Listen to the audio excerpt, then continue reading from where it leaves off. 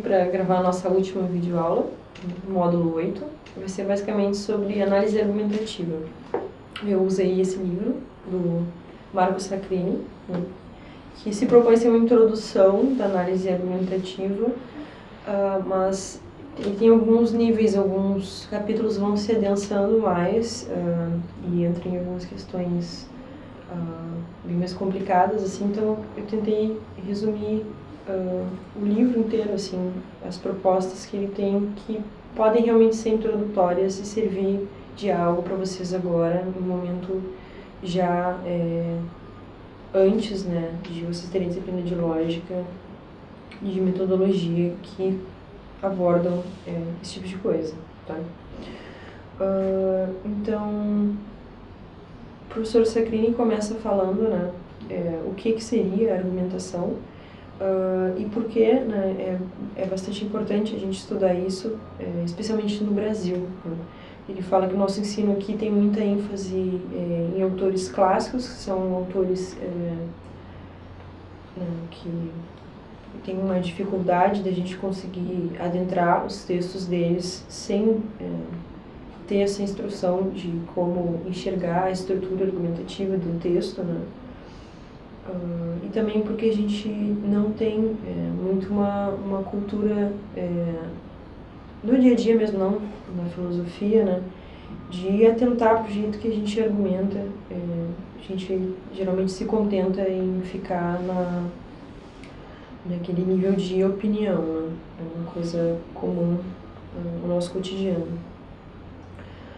Ele também fala que, não sei o que vem à mente de vocês quando vocês pensam em argumentação, mas é algo que está, obviamente, vinculado à filosofia, mas a filosofia não se limita à argumentação, nem é isso que ele quer dizer. E a sustentação racional também, que a filosofia busca, né, ela excede também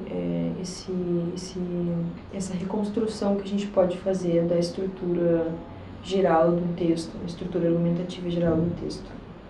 Então ele define a argumentação, né, como uma prática social.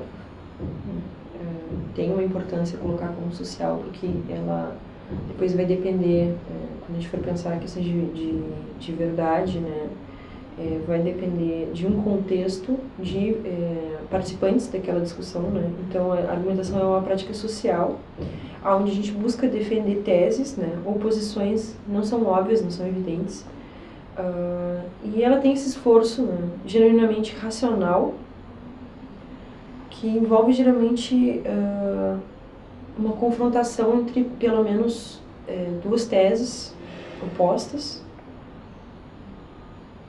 ou posições opostas, que ocorrem em vários tipos de debate, não só, né, na filosofia, mas em outros campos científicos, ou outros debates em outras esferas.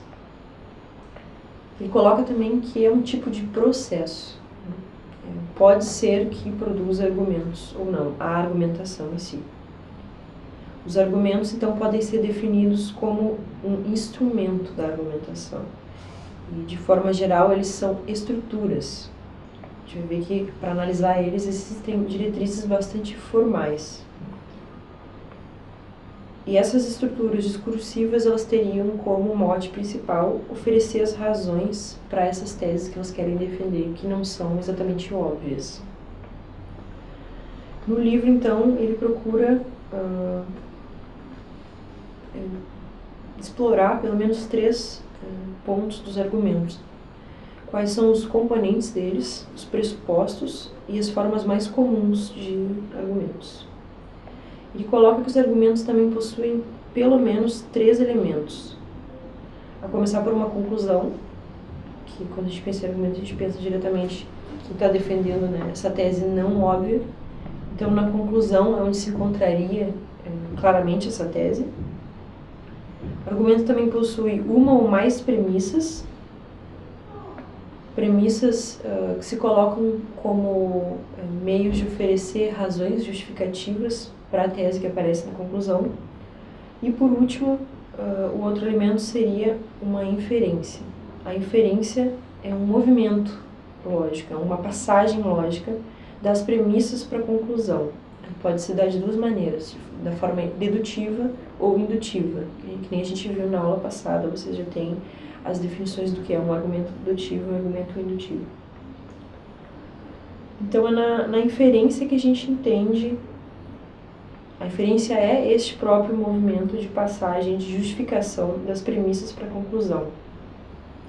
A gente pode ver que essa definição, então, do Sacchini de argumento, a partir desses três elementos, conclusão, umas premissas, uma inferência, que é demonstrar uma tese através de razões, ela é tão ampla que ela pode, inclusive, abarcar, por exemplo, sequências de imagens, que deixa implícito que você pode argumentar em favor de uma tese, por exemplo, com um filme ou uma sequência de fotografias, algo parecido, né? Porque a gente não faz afirmações somente através de textos ou verbalmente, mas nessa obra em específico ele vai, né, se debruçar sobre questões mais textuais. Vai falar de argumentos em forma de imagens, mas com essa definição que ele coloca para argumento, é possível a gente colocar, por exemplo, uma sequência de imagens como um argumento. Eu cito ele. Nos discursos argumentativos de linguagem natural, nem sempre é uma sequência óbvia entre premissas e conclusão, o que por vezes torna confusa a compreensão das relações lógicas ali vigentes. Esse é um dos motivos basilares para se dedicar ao estudo da análise argumentativa. É comum que a ordenação das sentenças em linguagem não exprima a sequência inferencial ali operante, e para compreender e avaliar com cuidado essa última, alguns recursos técnicos se fazem imprescindíveis. Então, na aula passada a gente viu alguns exemplos, acredito que tinha nos slides, essa formalização do conteúdo de um argumento, uma estrutura lógica, premissa, conclusão. A gente só consegue pegar um texto de filosofia, vocês já devem ter lido algum autor clássico, né? Pegar esse texto que é bastante emaranhado e conseguir, pelo menos mentalmente, ver esse movimento de apresentação de razões e chegar a uma conclusão, né? A gente precisa realmente ver essas diretrizes mais formais. E aí ele dá um exemplo de discurso, de certa forma, né, emaranhado, que a gente tem o costume de falar dessa forma, normalmente, sem esse cuidado de apresentar premissas na ordem da conclusão, que seria, falo o exemplo dele: você tem poeira vermelha nos sapatos. Quero dizer, então, que você foi aos Correios agora pela manhã, pois eles estão reconstruindo a calçada em frente à agência e a poeira resultante da reforma é bem avermelhada. Não há, obviamente, nenhum outro lugar em reforma próximo daqui ao qual você possa ter ido. Então, a tese, né, de que a pessoa esteve num dos Correios, né, ela está lá no começo. E as outras razões estão todas embaralhadas, inclusive, às vezes, mais de uma razão ou alguma questão explicativa tá dentro de uma mesma oração, né? Então tá tudo liado, assim. E através dessas diretrizes que a gente vai ver aqui hoje, a gente vai conseguir pegar uma forma de discurso assim e converter isso, né, numa passagem mais clara dessa argumentação. A função dos argumentos, então, segundo o Sacchini. O principal papel deles seria oferecer a sustentação racional para essas teses que não são evidentes. E elas atuam dentro do argumento como conclusões que exprimem opiniões, crenças, sugestões, hipóteses que não são, como eu disse, né, evidentes. Mas tudo que é colocado dentro do argumento, né, é colocado de uma forma assertiva, né? É diferente da gente estar em um discurso descompromissado, um discurso onde a gente pode não estar sendo verdadeiro, pode ser, por exemplo, uma brincadeira ou algo assim. É um tipo específico de ênfase que a gente dá quando a gente está fazendo uma asserção. A gente está colocando, né, uma força de que a gente acredita que aquilo seja verdade. Essa é a força da asserção, né? Então ela estaria presente tanto da forma com que a gente coloca as premissas, quanto coloca a tese que a gente apresenta. Quando a gente coloca, né, uma coisa de maneira assertiva, a gente está afirmando, está conferindo um valor de verdade àquilo, né, e dizendo que aquilo não se trata de uma mera opinião. Quanto mais forte for essa asserção, e aí a gente consegue identificar a força dela de acordo com as palavras que quem faz essa asserção usa, que pode ser, por exemplo, alguns exemplos que dão essa ideia de quão forte é a afirmação que está sendo feita. Quando você diz que alguma coisa é absolutamente certa, que é daquela forma, que algo parece ser daquela forma, ou que é muito duvidoso que algo seja daquela forma. São pelo menos 3 níveis, né, de intensidade. E também tem um grau de certeza maior que a gente passa através dessas expressões que a gente usa. E também tem a questão do escopo dessa asserção que a gente está fazendo.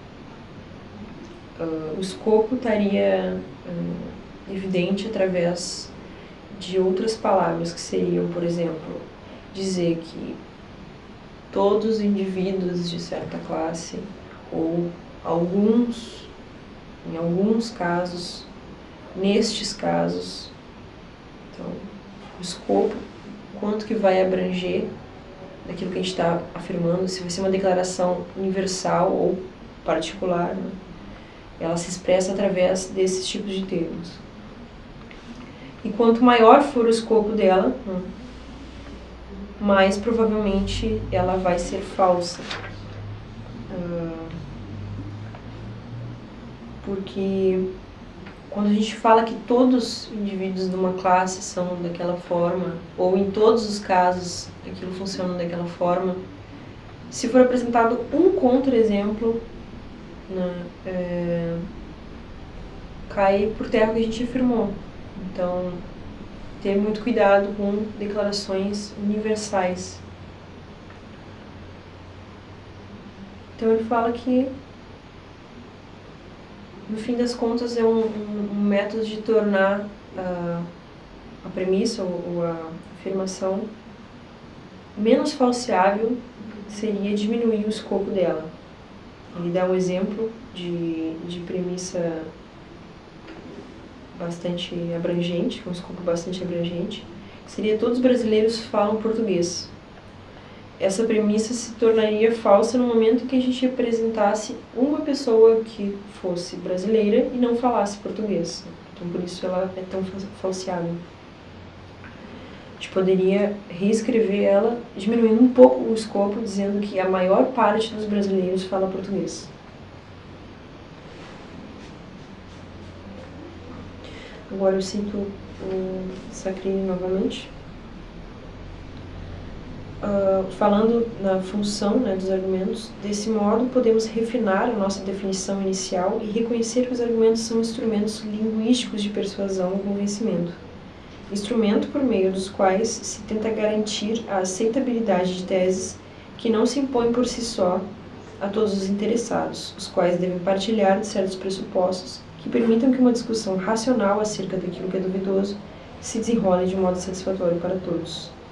Então, de novo, né, como é um instrumento linguístico, obviamente é algo que se refere a um grupo de pessoas que participam daquela discussão.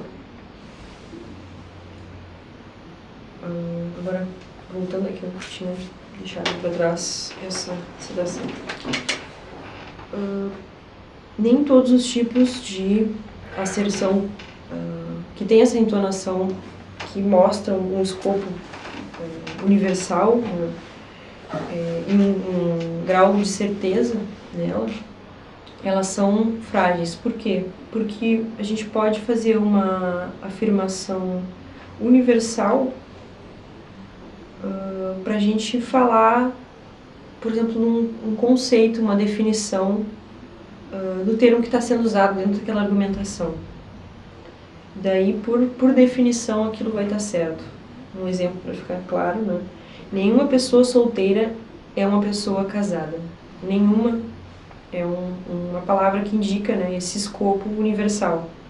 Mas a gente está falando de uma definição. Por definição, nenhuma pessoa solteira é uma pessoa casada. Então, é uma afirmação universal que não é falseável por se tratar, né, de uma definição, não é uma afirmação como a gente tinha visto anteriormente. Outro exemplo que ele coloca é: todo triângulo é um polígono fechado de 3 lados. Se essas explicações que estão sendo oferecidas realmente vão de encontro ao conceito que elas querem definir, então elas são facilmente verdadeiras. A seguir ele fala de sentenças mal formadas. De novo, preste atenção como isso tem a ver com o tipo de linguagem que a gente usa quando a gente está argumentando. Ele coloca o exemplo de sentenças vagas ou ambíguas com os usos dos seguintes termos: ouvir música é muito legal, o fazer o bem é bom. E ele coloca que, né, esses termos, eles, no fim das contas, eles não dizem nada porque eles podem significar inúmeras coisas. É um tipo de frase que a gente faz quando a gente quer dizer que a gente tem uma preferência por algo, mas é algo que, no fim das contas, nos leva a mil perguntas. Bom em que sentido? Bom para quê? Que tipo de música? Então fica muito, muito em aberto e é uma expressão que, no fim das contas, não é nem um pouco assertiva. E outra forma de ser ambígua é a gente usar palavras que simplesmente fazem com que dentro da frase que elas estão, elas não ofereçam uma única interpretação. Aí ele coloca o seguinte exemplo: a criança pediu ao pai para não usar o seu aparelho. O seu de quem? Da criança ou do pai? A gente não tem como saber. Então, esse tipo de uso da linguagem é algo que torna o conteúdo da sentença um conteúdo obscuro. Obviamente prejudica a argumentação. Outra palavra que ele explora os contextos em que ela aparece é a palavra porquê. Ela pode aparecer em pelo menos, com pelo menos 2 funções. Ela quer tanto mostrar a inferência argumentativa que ocorre, essa passagem que eu falei das premissas para a conclusão, ou ela pode estar sendo empregada num contexto onde ela está servindo de forma explicativa. Que, porque, P, por exemplo. Onde ela quer dizer que a conclusão Q se dá porque está sustentada por P. Esse seria um exemplo de porquê que se refere à inferência argumentativa. Agora, quando o porquê se refere a um fator explicativo, aí o movimento é outro. Está aparecendo para vocês a direção pela flechinha, né? Quando se trata de o porquê na explicação desse movimento, da inferência argumentativa, é um movimento que vem das premissas em direção à conclusão. Já a explicação se dá no movimento contrário. Vou ler, então, uma citação um pouco longa dele. Característica estrutural da argumentação. O ponto de partida dos argumentos, as premissas, deve exprimir um conteúdo proposicional já aceito pelos participantes de um debate ou pelo público ao qual o argumento é dirigido. O movimento inferencial argumentativo parte de certos dados e definições tomados como verdadeiros ou, no mínimo, como aceitáveis para os participantes do contexto discursivo em pauta, e tenta, a partir daí, estabelecer racionalmente a correção de uma tese que, inicialmente, sem a armadura inferencial atrelada a ela, seria considerada, no mínimo, duvidosa pelos oponentes em um debate ou por boa parte do público almejado. A argumentação é, então, o esforço de estabelecer racionalmente uma conclusão que não se atesta imediatamente. E esse esforço deve partir de premissas consideradas aceitáveis pelas partes interessadas na discussão. premissas tomadas como seguras e que servem de base para a progressão dos argumentos. O movimento inferencial argumentativo parte, assim, daquilo que é conhecido ou aceito como razoável para sustentar uma tese inicialmente duvidosa.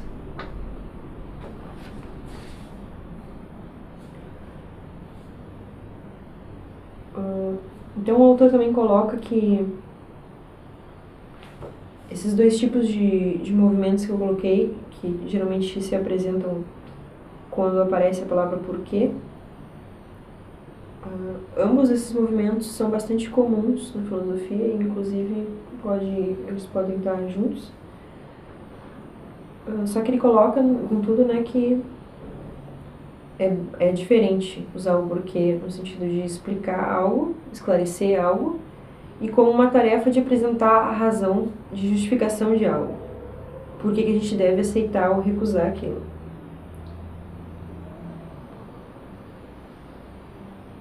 Agora sobre recursos expositivos e a força inferencial dos argumentos.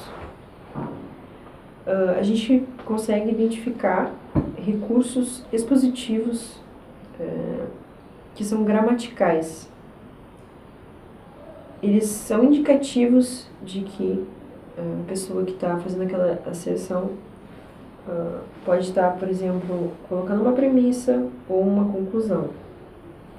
Como eu disse, são indicativos, não significa que quando essas palavras estão presentes, necessariamente aquilo se trata de uma premissa ou de uma conclusão.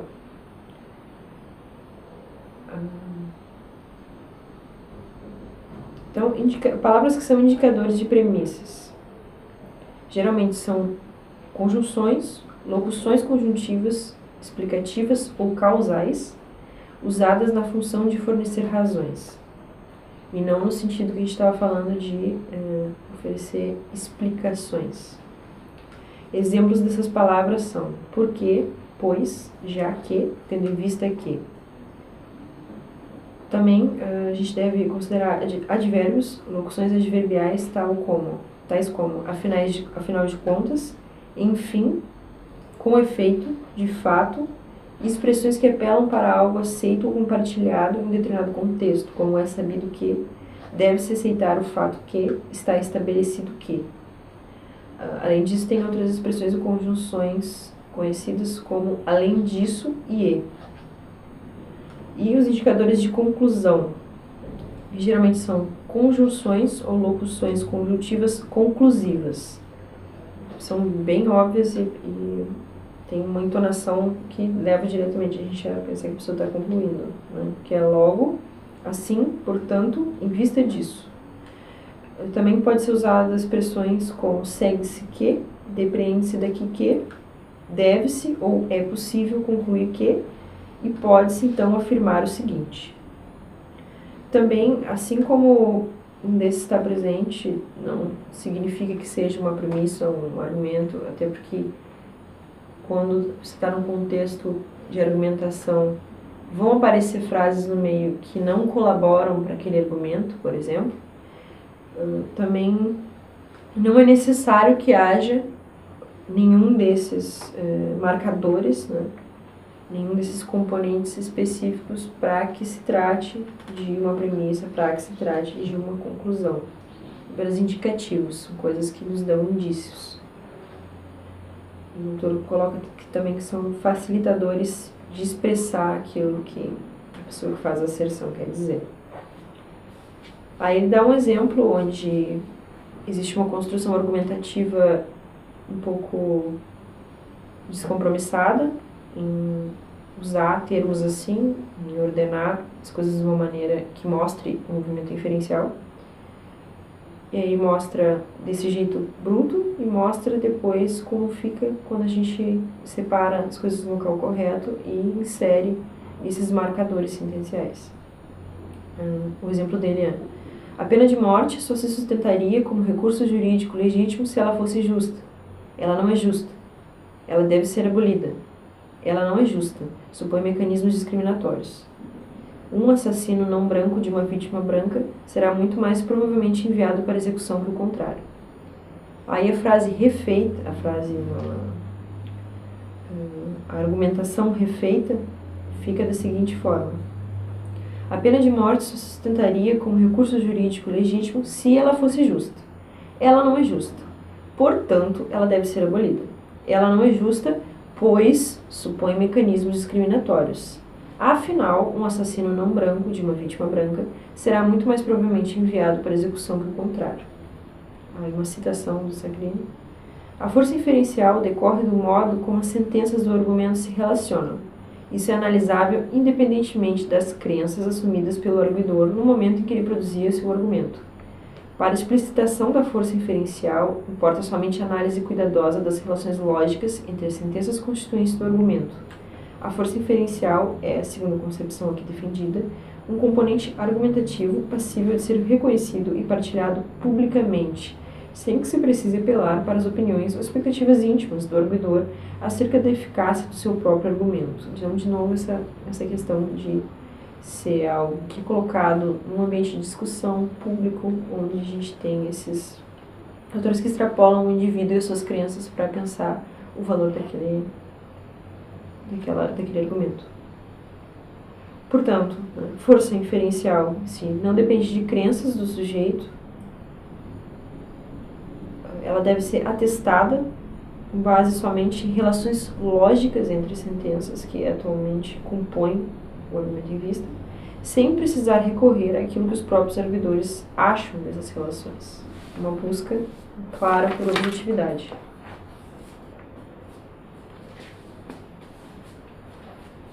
Agora ele passa a mostrar como a gente pode avaliar a força inferencial do argumento, que é esse movimento principal de mostrar em que sentido o argumento consegue efetivamente mostrar que dá razões para a tese que está implícita nele.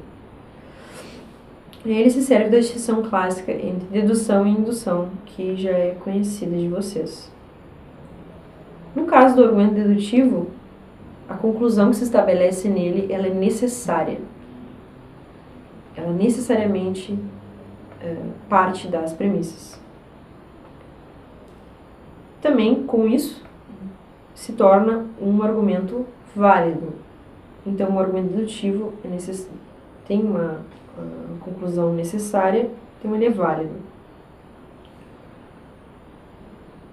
O argumento dedutivo é aquele que, e isso a gente sempre faz quando a gente vai avaliar um argumento, se assume a verdade das premissas, a gente faz isso para avaliar a questão inferencial, a gente não precisa pensar na verdade delas, a gente está pensando na relação que elas têm entre si. Então, para a gente pensar a relação, a gente pode partir do ponto de que é verdadeiro, para depois, no segundo momento, ver se realmente se trata de premissas verdadeiras. Mas aqui a gente está pensando, a validade. Para a gente pensar a validade, a gente tem que pensar a questão de relação e de inferência, que é uma questão de relação formal desse conteúdo, não de verificar a verdade desse conteúdo.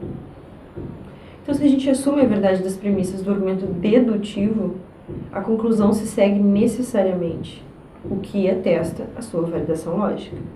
Aí tem o exemplo do Sacchini, que é premissa 1, todo cachorro é mamífero. Premissa 2, tuco é um cachorro.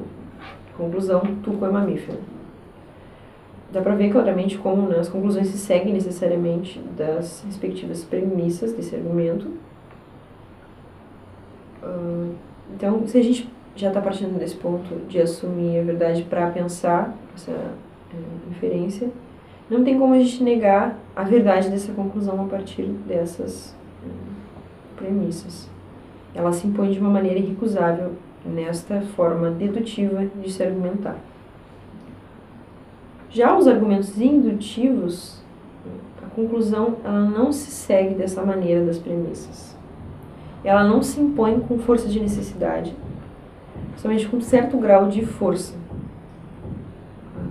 Eles não são válidos. Não quer dizer com isso que os argumentos indutivos são argumentos dedutivos problemáticos, senão nem teria sentido a gente dividir entre argumentos dedutivos e indutivos. Mas é o caso que a gente pode pegar um argumento indutivo e consertar ele, adicionando, por exemplo, uma nova premissa e tornando ele um argumento dedutivo. Aí aparece para vocês um exemplo de argumento indutivo, onde a relação inferencial entre a premissa e a conclusão é uma relação fraca. Premissa 1. O fumo é prejudicial à saúde. E a conclusão, o fumo deve ser proibido. E coloca a pergunta, por que razão ele deve ser proibido? Parece que o argumento não tem essa força de mostrar pra gente quão óbvio é que o fumo deveria ser proibido. Então ele sugere o acréscimo de uma premissa universal, que é essa premissa que geralmente está presente no argumento dedutivo. Mas a gente está falando de um argumento aqui, né, indutivo. Mas, seguindo então esse esforço que o autor mostra que está sendo feito para tornar o argumento mais forte, ficaria da seguinte forma. Premissa 1. O fumo é prejudicial à saúde. Acrescentando a premissa 2. Tudo que é prejudicial à saúde deve ser proibido. Uma afirmação universal. Conclusão. O fumo deve ser proibido. Ele fica com uma cara similar ao dedutivo, mas ele tem uma afirmação universal. Universal do tipo que é falseável. É uma afirmação muito forte de dizer que tudo que é prejudicial à saúde deve ser proibido. É um tipo de premissa que ela não é facilmente aceitável pelas pessoas inseridas na discussão, porque ela não vai ser amplamente aceita. São muitas coisas que fazem mal. Também não está explícito no argumento que tipo de mal, que grau de mal. Se a gente levasse, por exemplo, ao pé da letra, como não tem nenhuma especificação sobre o que seria fazer mal, muitas coisas fazem mal, muitos alimentos, tecnologias poluentes. Então, fica uma coisa muito ampla fazer uma declaração universal desse tipo, e ela não vai ser facilmente aceita pelo ambiente de discussão em que está sendo colocado essa premissa. No entanto, mesmo assim, com esse esforço, leio a citação, a premissa acrescentada, sem dúvida, aumentou a força inferencial do argumento, tornando-a necessária, mas isso ao preço de acrescentar um conteúdo proporcional que, se não é falso, no mínimo é muito discutível, e para cuja aceitação outro argumento deveria ser construído. Esse resultado, no fim das contas, não torna o argumento inicial em seu todo, força inferencial e premissas verdadeiras ou menos aceitáveis, mais convincente. Então, o argumento, né, ele é, de certa forma, melhorado por conta de uma intervenção formal nele, mas ele perde a credibilidade quando a gente avalia a aceitabilidade dessa premissa que foi acrescentada nele. Então, como eu estou falando aqui, os argumentos indutivos, aquele que a gente viu agora, era um argumento fraco e o autor tentou deixar ele mais forte, a gente pode ver que há, pelo menos, né, 2 níveis de força dos argumentos indutivos. Segundo seu crime, há outros, mas aqui ele fala somente em forte e fraco. Falo tanto, né, em contra-exemplos, mas eu não dei nenhuma definição ainda. Os contra-exemplos seriam situações que logicamente são possíveis, mesmo que sejam imaginárias, em que as premissas do argumento são assumidas como verdadeiras e mesmo assim a conclusão não se segue necessariamente. No exemplo de argumento que eu vou colocar aqui, vai ficar um pouco mais claro o que é isso, tá? Validade lógica. Como testar a validade lógica do argumento? Como eu tinha dito antes, a gente já deve partir, né, de um ponto onde a gente está assumindo a verdade, porque a gente vai testar somente essa questão da relação, né, de inferência.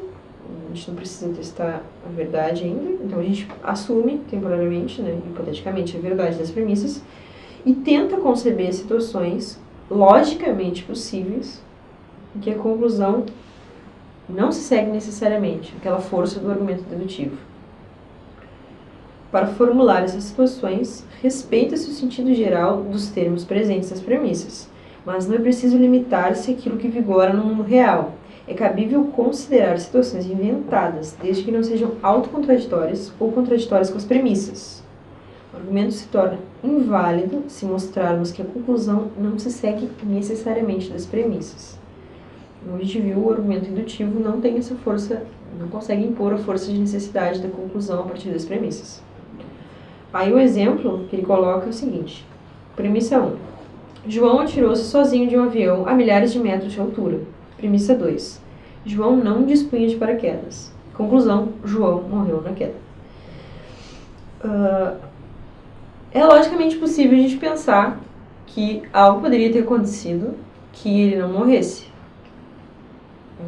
Por exemplo, tem que dar alguns exemplos, né? Podia ser que um paraquedista estava passando ali do lado na hora, conseguiu salvar ele, ou poderia ser que alienígenas apareceram com uma nave e conseguiram salvar ele. São possibilidades lógicas. Então, se a gente consegue colocar esses contra-exemplos a partir dessas possibilidades lógicas, se as premissas deixam brecha para isso, não há o mesmo nível de intensidade, de necessidade da conclusão ser derivada a partir dessas premissas.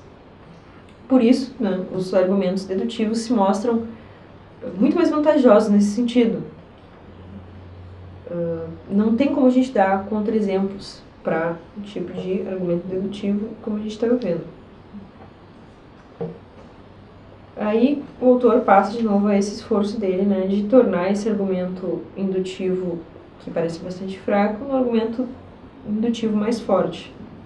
Mesmo assim, não vai acabar tornando ele, né, dedutivo, acrescentando premissas polêmicas ou duvidosas.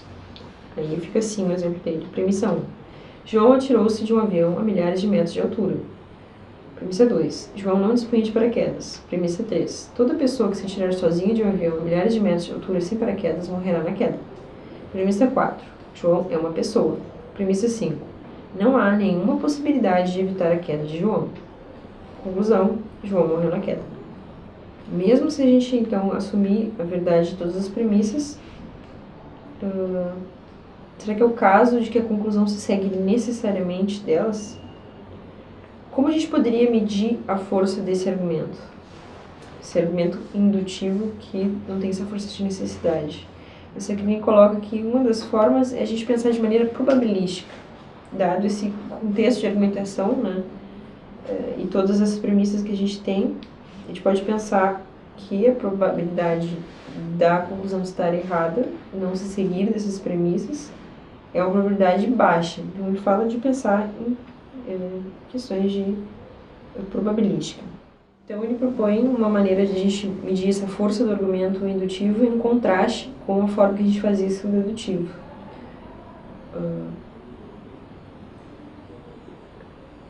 Aí ele coloca o seguinte problema, que eu leio agora na citação.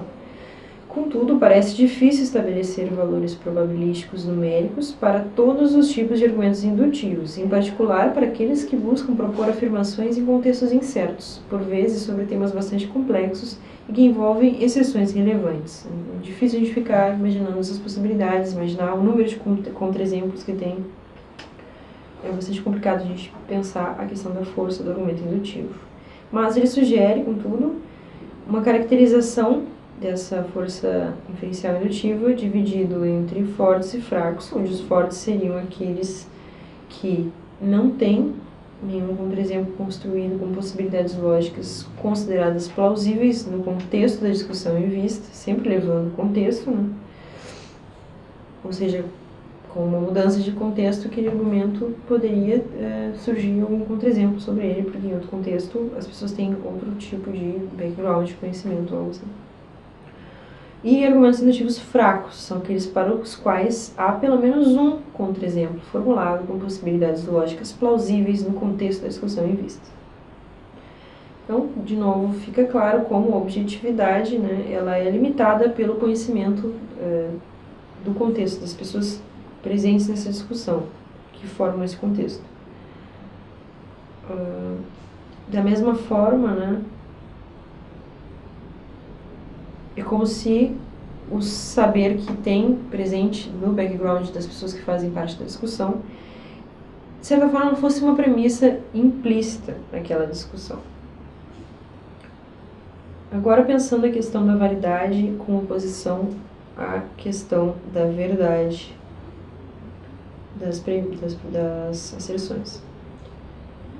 Ele parte de uma noção, né, básica de verdade, vocês devem imaginar por quê, porque é uma discussão bastante complicada, que gera muitos problemas, tem muitas questões filosóficas envolvidas, mas a noção básica de verdade dele seria, né, a gente checar aquele conteúdo das afirmações, ver se o conteúdo X é o caso ou não, verificar isso, se de fato aquilo se atesta.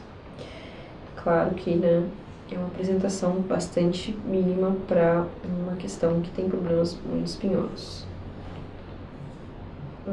Então, se a gente avaliar a questão da validade e da verdade e chegar à conclusão de que o argumento ele é tanto válido porque a conclusão se segue necessariamente das premissas, quanto verdadeiro porque as premissas todas são verdadeiras, a gente pode chamar esse argumento de um argumento sólido. Agora, avaliação de argumentos, sentenças. Avaliação da verdade das asserções. Como a gente viu, né, as sentenças que fazem parte dos argumentos, elas têm uma natureza assertiva. E quando elas se colocam dessa forma assertiva, elas se colocam passíveis de terem seu valor de verdade avaliado. Então, o primeiro passo para a gente avaliar a verdade dessas asserções seria a gente checar se elas são verdadeiras atualmente.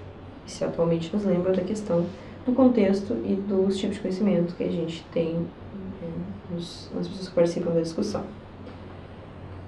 Sempre mantém em mente, né, que um argumento pode ser válido e mesmo assim ter asserções falsas, porque a validade dele não tem relação com a verdade das premissas.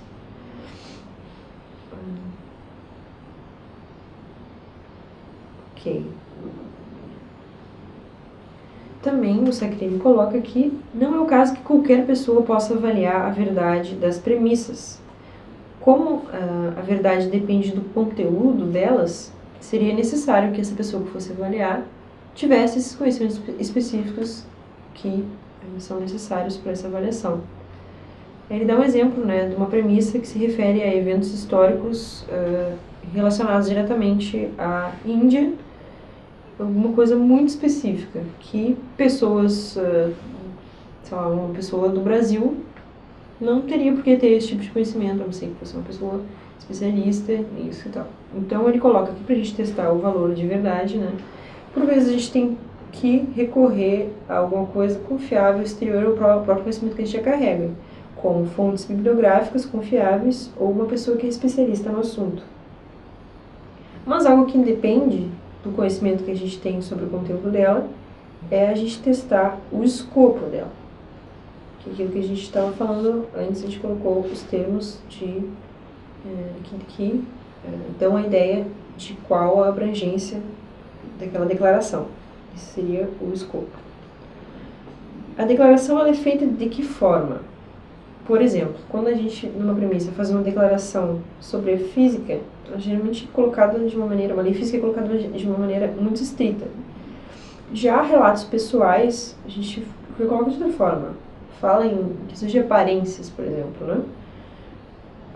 Então a gente pode também analisar o argumento do ponto de vista da questão formal, se a gente considerar que tipo de ênfase que o argumento que a asserção está fazendo com relação a esse conteúdo, né? Com essa questão de, bom, se é um conteúdo mais estrito, né?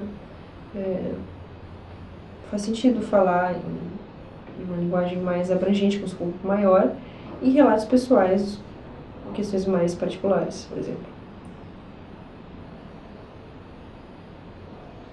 Uma coisa bastante negativa para o argumento seria as premissas terem a verdade praticamente com uma verificação inalcançável.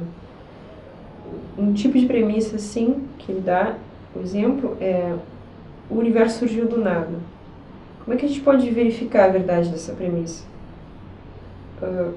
Geralmente, o esforço de um bom argumento, de um argumento sólido, parte da gente sair de premissas já conhecidas para a gente chegar a uma conclusão, que aí sim pode ser uma conclusão dessa natureza, uma conclusão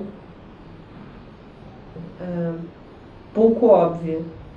Então, a gente parte de coisas aceitáveis para chegar numa conclusão que seja pouco óbvia, pode ser. Então, o problema é quando essa verificação é inalcançável para o caso, na verdade, de uma premissa. Aí eu cito ele. O movimento inferencial básico de qualquer argumento bem-sucedido é partir de premissas conhecidas para tentar legitimar uma conclusão que por si só não é uma tese evidente.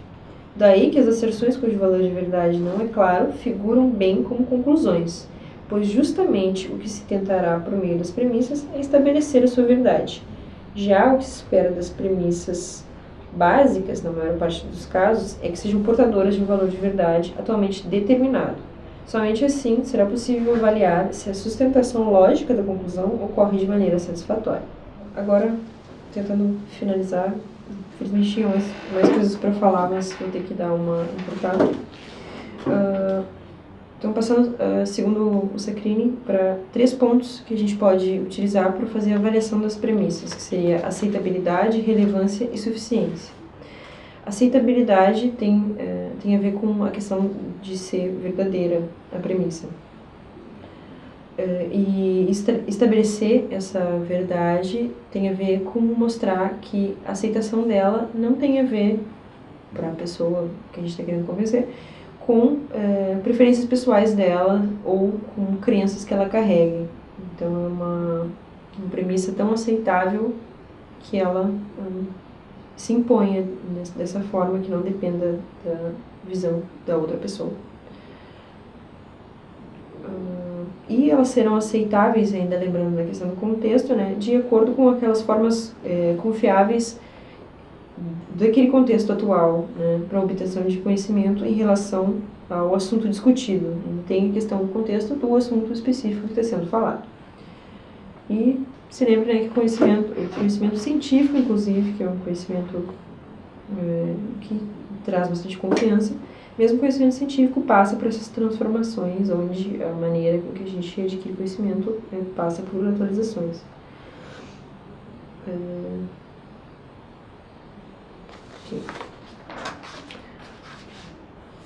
E ele coloca também que aquilo que é aceitável está muito mais sujeito a uma questão de relatividade histórico-cultural do que aquilo que é cientificamente assegurado. Para certos grupos religiosos, por exemplo, ele coloca, parece aceitável usar premissas que exprimam supostas revelações divinas e assim por diante. E não é porque se trata de algumas verdades que parecem, algumas formas de chegar à verdade que parecem provisórias ou mutáveis, que isso faça com que a gente se comprometa menos com a verdade. Aí eu leio uma citação dele. Por exemplo, dificilmente se aceitariam os sonhos como fonte de dados verdadeiros para um debate argumentado acerca dos rumos da economia nacional. Isso não só porque quase nunca geram dados confiáveis, mas também porque não é possível ter acesso aos sonhos alheios para verificar se as sentenças apresentadas exprimem corretamente o conteúdo onírico. E também outro problema que pode acontecer é a gente ter uma fonte confiável do conhecimento para as premissas, mas a gente extrair de forma errada ou transmitir esse conhecimento nas premissas de forma errada. Aí coloca algumas fontes que os arguidores frequentemente recorrem para formular sentenças aceitáveis.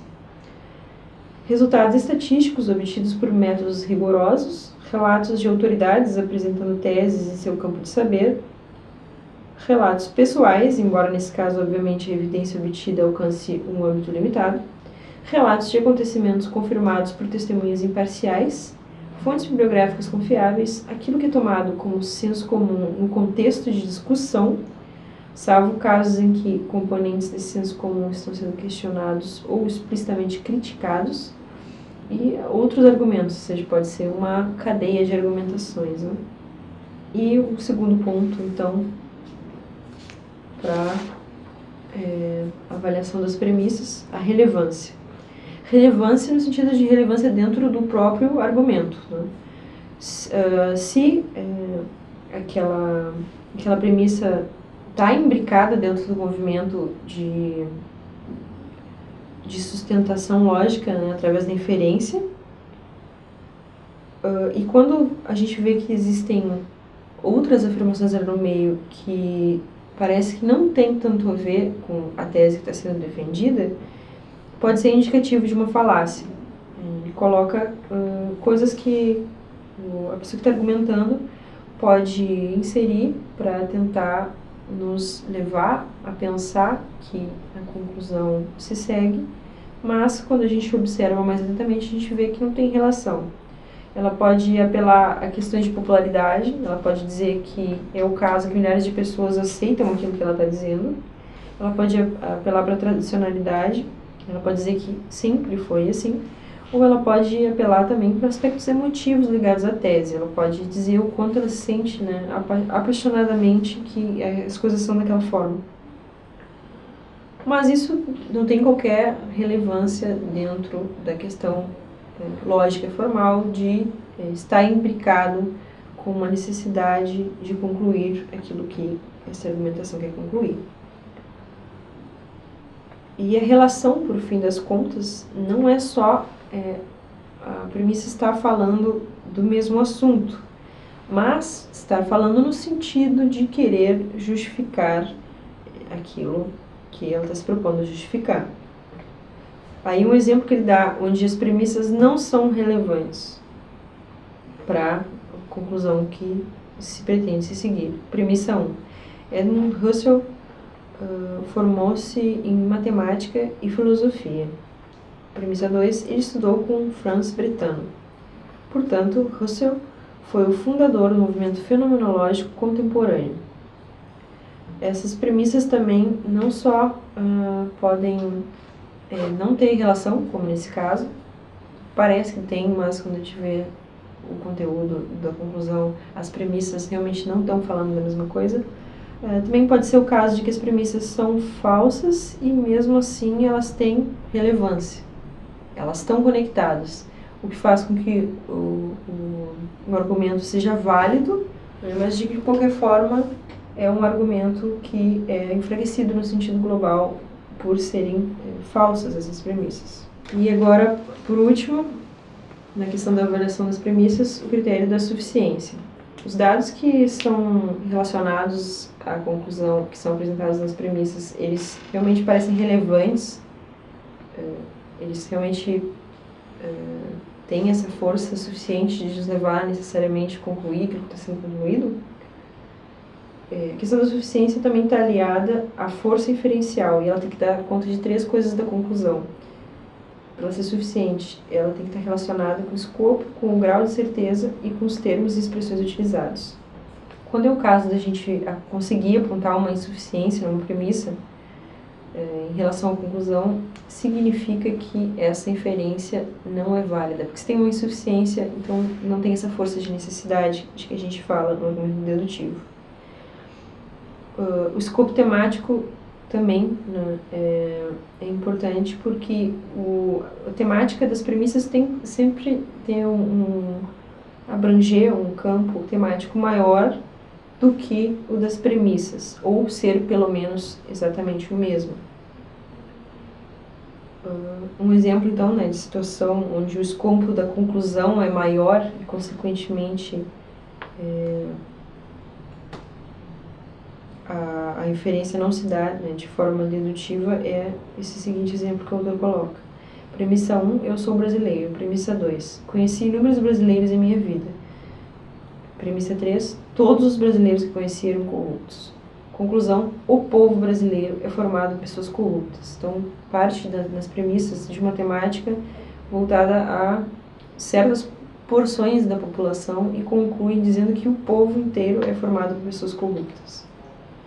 Então, o que o Sacchini recomenda para não acabar enfraquecendo ainda mais o argumento é diminuir as pretensões da conclusão, fazer o contrário, sempre as premissas terem uma abrangência maior e a conclusão ter um escopo menor. Se referir a uma porcentagem de objetos ou pessoas, ou o que quer que se refira, menor do que as premissas, ou pelo menos igual.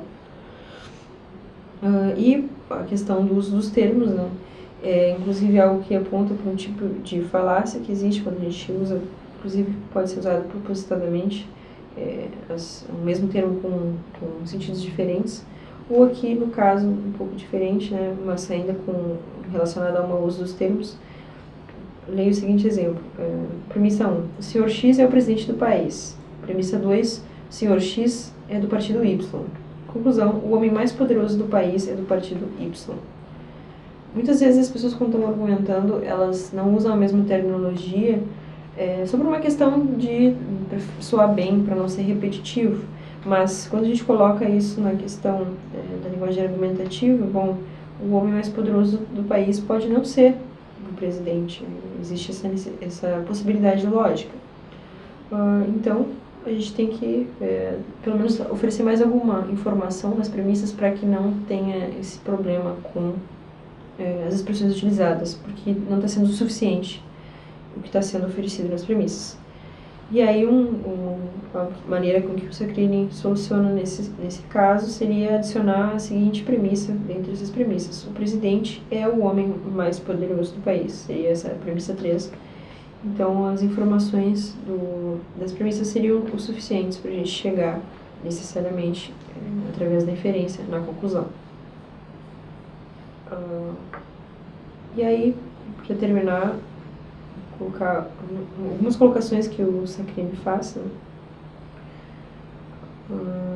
Mesmo depois de todos esses critérios que a gente viu para a gente avaliar argumentos de uma maneira bem formal, ele ainda coloca outras perguntas, né, para a gente fazer enquanto a gente pensa a força de um argumento.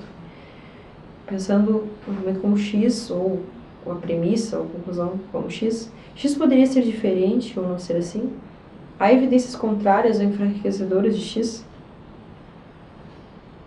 Também coloca aqui crenças do senso comum, bem no sentido de senso comum geral das pessoas. Elas são úteis para conversas informais, mas elas não são um bom ponto de partida para quando a gente quer uma argumentação mais rigorosa. Então, agora é só passar algumas considerações finais que ele tem no livro dele. Ele fala que a argumentação, no fim das contas, ela se revela um instrumento ótimo para a gente adquirir novos conhecimentos. E o âmbito da argumentação para ele aquele das teses que não são evidentes por si sós. Como a gente tinha colocado, tem que partir de coisas que são aceitas no geral para a gente chegar a coisas não tão óbvias. E exigem, assim, uma espécie de sustentação para serem assumidas como aceitáveis. Eu passo a leitura. Sobre horizontes de dados tomados como não problemáticos, abre-se o campo daquilo que é passível de divergência, daquilo cuja compreensão não é imediatamente nem óbvia, mas carece de algum tipo de suporte. Então, a argumentação como uma forma de colocar luz sobre as coisas que às vezes até estão ali, porque existem, o conteúdo das premissas é aceito, mas não existe essa organização do pensamento. Argumentar em relação às questões referentes a esse âmbito é um método para obter um tipo específico de garantia para aquilo que não é imediatamente certo, a justificação racional. Utilizada de modo construtivo, a argumentação previne a filiação a teses arbitrárias, ou mesmo errôneas, uma vez que a discussão racional favorece a explicitação de falhas nas posições defendidas e oferece meios para corrigi-las.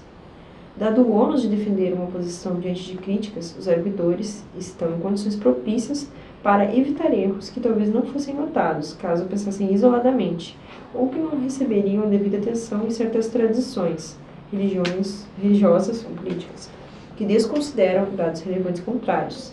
Dessa maneira, ao estudar as técnicas de análise argumentativa, os interessados se capacitam para formar ou defender posições em inúmeros temas não óbvios, e isso por meio de métodos que, se não podem estabelecer verdades definitivas, ao menos afastam diversos tipos de equívocos e ilusões. Mas ele ainda sente a necessidade de colocar, ao menos um problema, que é o seguinte. Esse livro, ele escreve esse livro de uma forma que pode servir para um aprimoramento, um aperfeiçoamento individual do leitor, né? Mas ele fala que é inegável que quando a gente está argumentando por algo, quando a gente está nesse esforço de debate, a gente está inserido num contexto e o esforço para a gente se aperfeiçoar, infelizmente, não garante que essa argumentação seja, em desemboquem em argumentos sólidos. A gente precisa da participação dos outros nessa discussão. Então ele coloca a importância, né, de um ambiente político propício para que as pessoas tenham liberdade de expressão para poder argumentar entre elas, falar das mais diferentes coisas sobre as mais diferentes perspectivas. E também coloca, né, que por mais que no nosso país não haja essa proibição política desse tipo de discussão racional, que não se pauta em não tocar em certas coisas, como coisas dogmáticas ou algo assim, por mais que o nosso país não seja assim, existe uma questão ligada ao que ele chama de receptividade cultural. Quando ele fala em cultural, ele fala que por cultura ele tem um esforço coletivo de produção de sentido durável, transmissível, acerca dos fatos inescapáveis da existência: nascimento, saúde corporal, alimentação, comunicação de sono, relacionamentos, doenças, morte. São todos, né, dados que são elaborados e refletem as preocupações do todo, de todas as pessoas, né? Então ele coloca este problema de a gente realmente não ter no nosso dia a dia, na nossa cultura, esse esforço de buscar uma argumentação racional. E aí ele coloca, finalizando, né, o ponto que quero defender é o seguinte: para que a argumentação se desenrole eficazmente em sua tarefa de oferecer sustentação a teses não imediatamente óbvias, é preciso que as pessoas, e isso em termos comunitários ou mesmo nacionais, sejam formadas de tal maneira que elas disponham entre o seu repertório cultural recorrente e com o qual se identificam enquanto sujeitos dos recursos práticos conceituais necessários para a participação nos resultados de discussões argumentativas e para a aceitação destes. Desse ponto de vista, não basta que indivíduos isolados avancem no autoaperfeiçoamento de capacidades discursivo-argumentativas. Não basta também que, de maneira formal jurídica, os espaços para discussão argumentativas estejam garantidos. O sucesso das empreitadas argumentativas, enquanto meio privilegiado para obter conhecimento ou tomar decisões, evitando crenças erradas e ilusões, depende de uma disposição culturalmente enraizada, isso é, depende de um comprometimento identitário profundo com as técnicas argumentativas, como um recurso cultural básico para se posicionar em relação a questões que envolvem certeza. Então seria isso. Boas avaliações para vocês agora no final do semestre. Foi um prazer dar essa disciplina para vocês. Espero que tenha ajudado. Estou disponível ainda para qualquer coisa. Até mais.